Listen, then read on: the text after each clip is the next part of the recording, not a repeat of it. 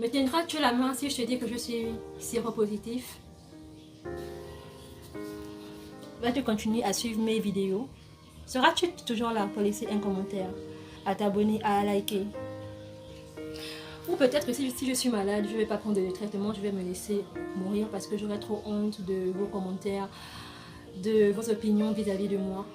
Ou peut-être que je ne suis même pas malade. Hein? Et que même si je suis malade, je ne vais pas aller prendre mon traitement. Hein.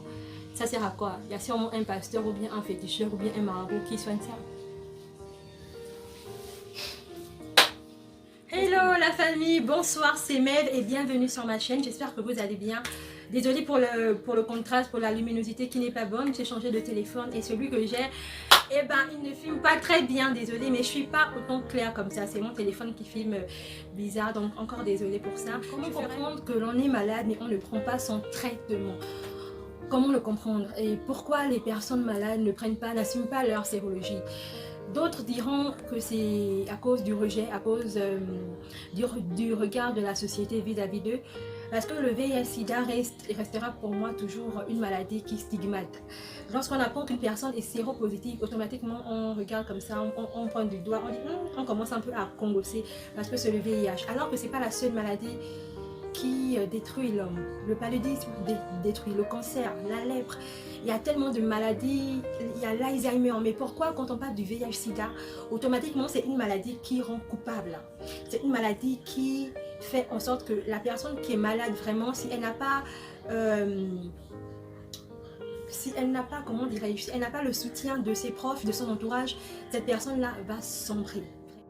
Les personnes qui sont atteintes de VIH, parfois ils savent qu'ils sont malades, mais ils ont honte d'aller à l'hôpital pour prendre leurs médicaments. Pourquoi? Parce que forcément, on va les voir.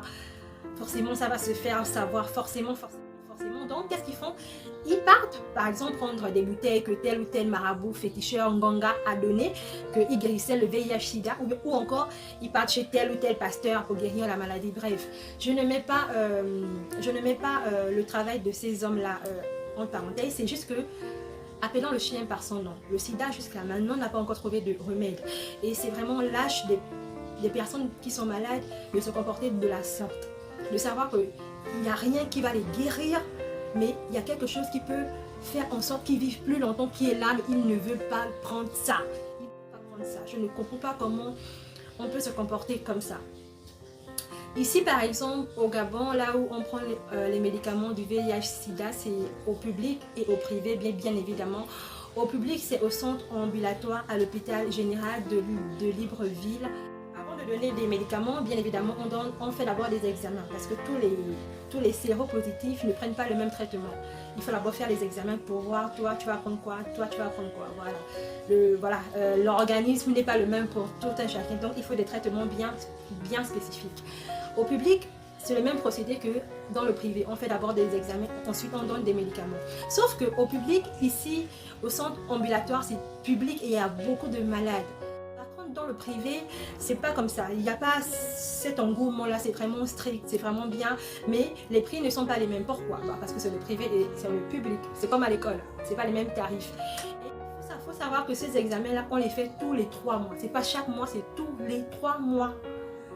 D'accord? Au privé, par exemple, pour faire des examens, c'est 80 000 et dans le public, c'est environ 25 000 francs. Donc, il y a quand même une large différence. Mais peu importe si vous fuyez le regard des gens, si vous n'avez pas assez de sous pour aller dans le privé, allez-y au public, faites vos examens, faites vos contrôles, prenez vos traitements. Pourquoi? Parce que la société, que ce soit au privé ou au public, on finira par vous voir.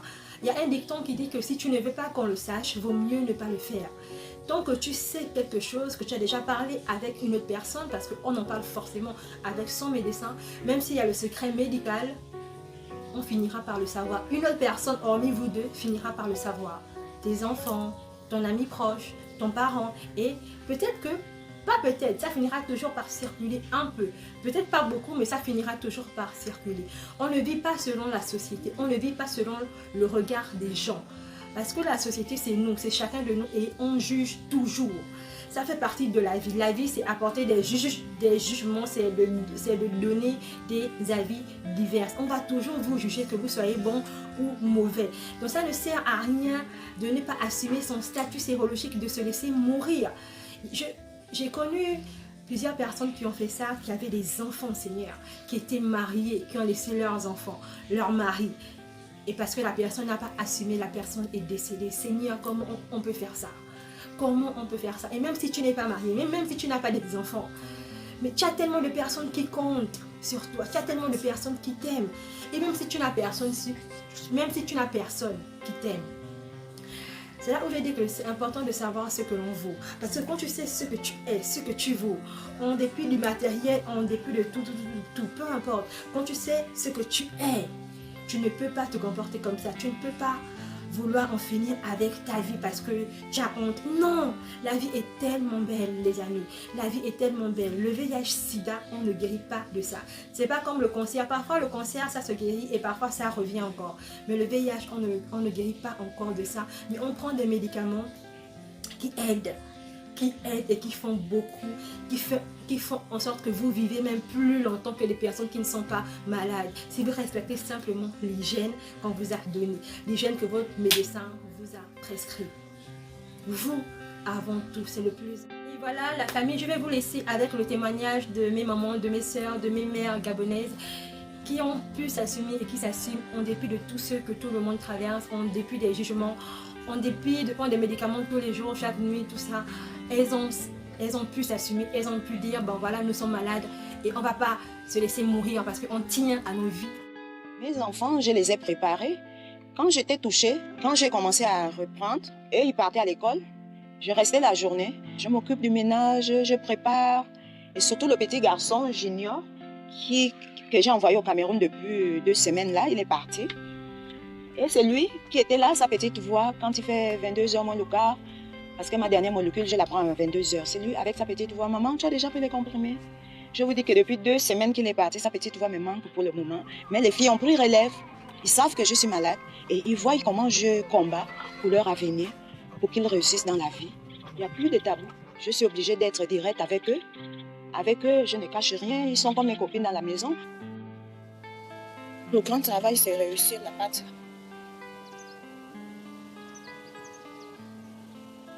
Que mes sœurs s'élèvent comme moi. Que mes sœurs s'élèvent comme je suis là. Parce que on n'appartient pas au lendemain. Des personnes qui ont eu leur test positif, de ne pas les rejeter. Parce que la maladie n'est pas une fleur. Parce qu'au marché, tu trouves une fleur jolie, belle. Tu peux choisir une couleur. Mais ça arrive, ça arrive. Et quand tu nais tout beau, tout neuf. Mais en partant, tu partiras toujours avec quelque chose. Hein, Madame Véné?